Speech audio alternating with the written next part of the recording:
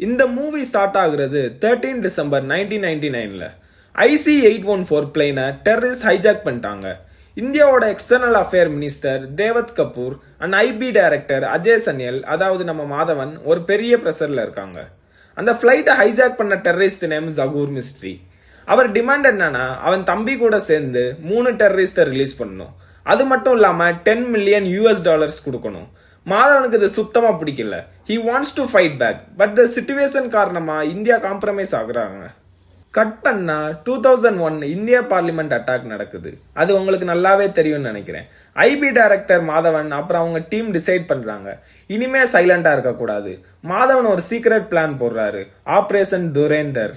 இது ஒரு deep cover machine. இதுக்கு செலக்ட் ஆகுறது தான் நம்ம ஹீரோ ஹம்சா அலி மசூரி. நம்ம ஹீரோ ஹம்சாவை ஆப்கானிஸ்தான் வழியா பாகிஸ்தான்ல இருக்கிற கராச்சியில இருக்கிற இம்பார்ட்டன்ட் பிளேஸ் லயாரிக்கு அனுப்புறாங்க. அங்க முகமது அலாம்னு ஒரு ஜூஸ் ஷாப் ஓனரை மீட் பண்றாரு. முகமது அலாமும் அவரும் ஒரு under cover agent for India. Hamza அங்க ஒரு வெயிட்டரா ஜாயின் பண்ணி மக்களோட மக்களா மிங்கிள் ஆகுறான். லயாரில 2 டாமினன்ட் கேங் இருக்கு. ஒன்னு ரகுமான் டக்கேட், இன்னொன்னு அவன் அப்பா பாபு டக்கேட். 2 பேருக்கும் ஆகாது.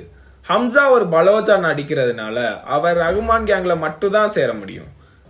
அப்போ ஒரு வெட்டிங் ஃபங்க்ஷன் நடக்குது. சடனா பாபு டக்கேட்டோட ஆளுங்க ரகுமான் டக்கேட்டோட பசங்க மேல கன் அட்டாக் பண்றாங்க. மூத்த பையன் நகீம் செத்துடுறான். அண்ட் நம்ம ஹீரோ ஹம்சா கேங்ல ஜாயின் பண்ண இதான் பெர்ஃபெக்ட் டைம்னு திங்க் பண்ணி ரகுமானோட 2வது பையன் ஃபைசலை காப்பாத்துறான். காப்பாத்திட்டு ஹாஸ்பிட்டல்ல இருக்கும்போது இப்போதான் ரகுமான் அண்ட் அவன் கசின் உசேர் போலச் ஓட என்ட்ரி. இந்த என்ட்ரியை மட்டும் நீங்க மிஸ்ஸே பண்ணாதீங்க, அவ்வளோ ஹைப்பா ஆச்சு தியேட்டர்ல பாக்குறப்போ. அவங்க ஃபர்ஸ்ட் டைம் நம்ம ஹீரோவை மீட் பண்றாங்க. ஹீரோவோட ஃபயர் ஆர்ம் ஸ்கில்ஸை பார்த்து உசேர் போலச் ஷாக் ஆயிட்டாரு. அப்படியே அவங்க கேங்ல சேர்த்துக்கிறாங்க. இந்த கேங்ல ஹம்சா ஜாயின் பண்ணக்கிறது தான் தெரியுது, இந்த கேங் ரவுடிசம் மட்டும் பண்ணல, இந்த கேங் அன்லைசன்ஸ்டு வெப்பன் மேனுஃபேக்சர் பண்றாங்கன்னு.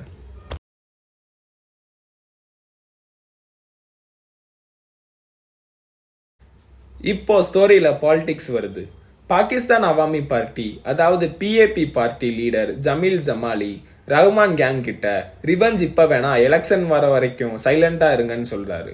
But Hamza mind game play பண்ணி ரஹ்மானை ட்ரிகர் பண்ணி பாபு டக்கேட் கேங்க மொத்தமா முடிக்க வைக்கிறாரு. ரஹ்மான் அவன் சொந்த அப்பாவே கல்ல வச்சு அடிச்சு கொள்றான். லயரி இப்ப ஃபுல்லா ரஹ்மான் கண்ட்ரோல் ஆயிருச்சு. இப்பதான் அந்த மூவியோட real villain entry, major Iqbal. Major Iqbal ஒரு ISI ஹேண்டிலர்.